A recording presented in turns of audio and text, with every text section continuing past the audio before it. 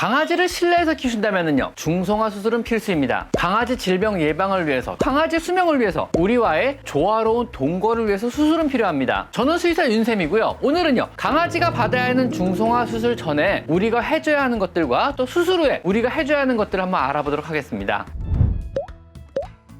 첫째로 수술 전에 우리가 얘한테 해줘야 되는 것은요, 길이를 택해 동물병원에 미리 예약을 해야 합니다. 집에 따로 얘를 돌봐줄 사람이 없다면요, 여러분의 휴일 전이 가장 좋습니다. 수술 전날 밤 12시부터는요 물도 밥도 먹여서는 안 되므로 물그릇과 밥그릇을 그날 밤에 모두 치워주셔야 합니다. 넥컬러라는 것을요, 수술 며칠 전부터 가끔씩 씌워서 미리 넥컬러에 익숙하게 합니다. 넥컬러는 반드시 동물병원에서 사용하는 불편하고 딱딱한 플라스틱 넥컬러만 사용하는 것이 좋습니다. 시중에 쿠션 재질의 부드러운 넥컬러는요, 보기에는 가볍고 편해 보여도 머리가 좋은 강아지는요, 여러 가지 방법으로 넥컬러를 구부려서 수술 부위를 핥거나 이럴 수 있거든요. 똑똑한 강아지는 의외로 많습니다. 만약 강아지가 지나치게 흥분을 잘하는 성격이라든가 불안감이 높아서 병원에서 굉장히 싸납거나 심한 적대감을 드러내는 이런 종류의 성격이라면요, 병원에 가기 2시간 전에 미리 항불안제를 받아서 먹이시고 가실 것을 추천드립니다. 흥분을 한다 안 한다 이 문제 이전에요, 마취 직전까지 강아지가 최대한 흥분을 안 하는 것이 마취의 안정성을 높이는 데 굉장히 중요하기 때문에 그렇습니다. 심하게 흥분한 강아지의 마취를 위해서는요, 더 많은 양의 마취약이 투입이 돼야 하고요, 이는 마취의 위험성을 더 높이는 결과를 초래할 수 있기 때문에 그렇습니다. 이동간의 이동장에는요, 평소 강아지가 사용하던 담요를 깔아주시고요, 이동장 밖에는요, 큰 타올로 밖을 보지 못하도록 덮어서 조심스럽게 이동시켜줍니다. 역시 강아지의 과도한 흥분을 방지하기 위해서입니다. 입원을 해야만 하는 여자 강아지의 중성화 수술이라면요, 평소 먹던 사료를 가져가시는 게 좋고요, 가지고 간 담요나 타올을 입원실 바닥에 깔아달라고 부탁하시는 것이 좋습니다.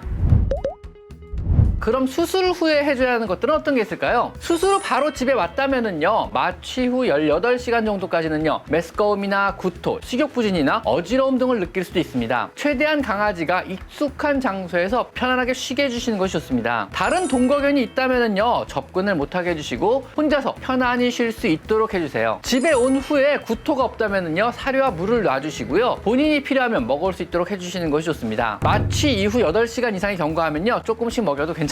강아지가 안심할 수 있도록 평소 좋아하는 잠자리를 더욱더 푹신하고 아늑하게 해줍니다. 당분간 움직이는데 약간의 불편함을 느낄 수도 있기 때문에 식사나 물그릇 혹은 잠자리조차 강아지가 있는 곳 가깝게 다 이동을 시켜줍니다. 만약 강아지 화장실이 베란다 같이 접근이 비교적 어려운 곳에 위치했다면요, 움직임을 최소화하기 위해서 잠자리와 가까운 곳으로 조금 이동시켜줍니다. 매일 수술 부위를 체크해가며 피가 나진 않는지, 진물이 흐르진 않는지, 핥아서 수술 부위가 벌어지진 않았는지를 반드시 체크해줍니다. 만약 수술 부위에 이상이 발견된다면요, 지체 없이 병원에 바로 데려가셔야 합니다. 엘리자베스 컬러는요, 병원에서 준 딱딱한 플라스틱 재질의 것을 반드시 사용해 주시고요, 임의로 잘라주시거나 임의로 풀러주셔서는 안 됩니다. 만약 식사 시간 같이 잠시라도 풀러야 할 경우에는요, 수술 부위를 핥지 않도록 감시하셔야 합니다. 모든 식사는 평소 먹던 것만 급여합니다. 이거 수고하고 왔다고 큰일 치렀다고 또 괜히 북엇국이나 이런 거 주지 마세요. 소화를 못 시켜서 오히려 구토나 설사를 유발할 수 있습니다. 마취 후 24시간 정도는요, 위장 운동의 저하로 소화력이 떨어지게 됩니다. 평소 먹던 것 외에 기름진 것을 함부로 주시면은요, 오히려 문제가 생길 수 있습니다. 평소 먹던 것 외에는 어떤 것도 주지 마세요. 평소 주던 사료가 최고의 회복식입니다. 수술 후 2주 정도는요, 움직임의 제한이 어느 정도 필요합니다. 평소처럼 다니는 것은 괜찮으나 산책은 되도록 자제시켜 주시고요, 산책을 하더라도 비가 안 오는 날을 골라 천천히 평상시보다 절반 정도의 거리만 시켜주세요. 병원에서 쥐어준 약을요, 아침 저녁으로 빠짐없이 잘 먹여야 합니다. 약의 내용물은요, 대체적으로 항생제와 소염 진통제들입니다. 항생제는 통상적으로 위장장애가 있을 수 있기 때문에 반드시 식후나 식간해 주시고요, 절대 빈속에 주셔서는 안 됩니다. 만약 약을 먹이는데 어려움을 느끼거나요, 약을 먹으면 토하는 경우는요, 당분간 매일 병원에 데려가 항생제를 주사 처치로 받으시거나 처음부터 2주 정도 지속되는 롱텀 항생제를 주사로 미리 처치받는 것이 좋습니다. 암컷 강아지의 경우는요, 수술 후 복부에 붕대를 감고 오게 됩니다. 붕대는 2-3일 뒤에 풀러주시면 되고요, 너무 오래 붕대를 하고 있으면은요, 피부가 쓸려서 습진이나 상처가 생길 수도 있습니다.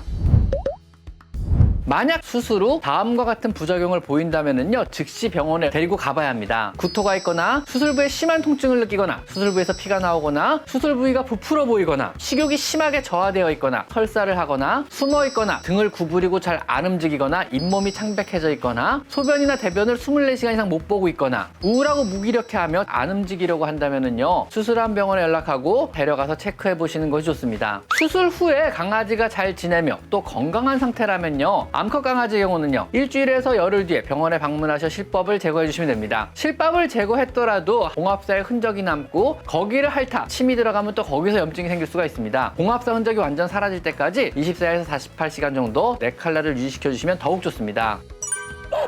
한국의 동물병원 환경은요, 외국과는 다르게 동물병원과 여러분의 실질적인 거리가 매우 가깝습니다. 물리적으로도 가까울 뿐만 아니고 무조건 방문한다고 뭐 진료 비용이 과하게 청구되는 이런 시스템은 아니기 때문에 경제적으로도 사실은 굉장히 가까운 편입니다. 그러므로요, 수술 후 조금만 이상해도 바로 데리고 방문하시거나 전화로 상담하시는 것이 굉장히 편리합니다. 중성화 수술 자체는요, 전신 마취를 하긴 하지만은요, 대부분의 동물병원에서 굉장히 익숙하게 하는 수술들입니다. 편리하게 방문할 수 있고요, 또 세심하게 관리해 줄 수 있는 집 근처에 가까운 주치의 선생님 병원에서 받는 것이 차후 관리가 좋을 거라고 생각됩니다.